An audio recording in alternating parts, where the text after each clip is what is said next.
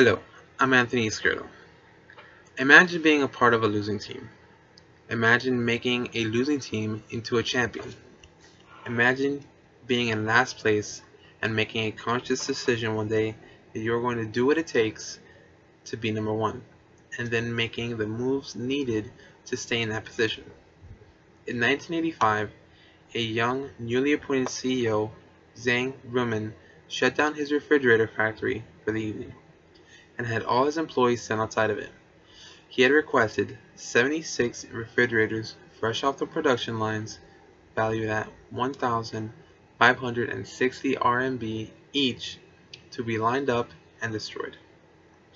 His employees looked at him like he was a madman, but at the same time these brand new refrigerators had defects, some even as small as just chipped paint. Zhang swung at various refrigerators with a sledgehammer to bring the point that his company, Harrier, does not make inferior products. Since that day in 1985, Harrier has been a competitor not only in China but worldwide. At this point, as a company, Harrier decided to change the way it did things, with simple factors that turned out to be their keys to success. These keys included product diversification, product innovation, marketing initiatives, globalization, and innovative HR practices. In 1984, Harrier had only one refrigerator model, which later their product selection expanded into 86 product categories with over 1,300 specifications, which included everything from microwaves to TVs. This creation of newer and better technologies helped expand Harrier's market. Harrier even invented a small washing machine to be suitable for small living spaces in China's major cities where electricity is more expensive. Market-driven thinking like this gives them the opportunity to go beyond the status quo and venture out into new territories. No, marketing initiatives that emphasize product quality and market research helped Harrier's innovative thinking. In a time where home appliance goods were consistently competing to have the lowest price, Harrier dared to take a step in the opposite direction and increase its price and inform the consumer on its above-average quality and service. By the year 2007, Harrier had created many overseas factories, service plants, and sales facilities.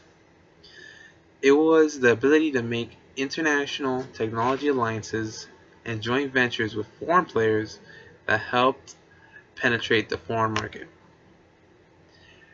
And Harrier was one of the first Chinese companies to tie salaries and job security to performance.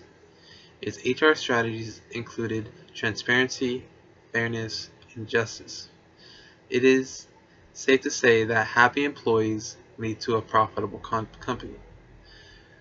With the integration of these keys, Harrier saw worldwide success, with net profits growing from 311 million in 1999 to 754 million in 2007, over doubling in an 8-year span.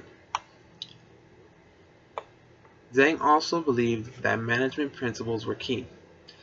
His management principles integrated Japanese management philosophy, American innovation, and aspects of the Chinese culture. He also included parts of Harrier's company values.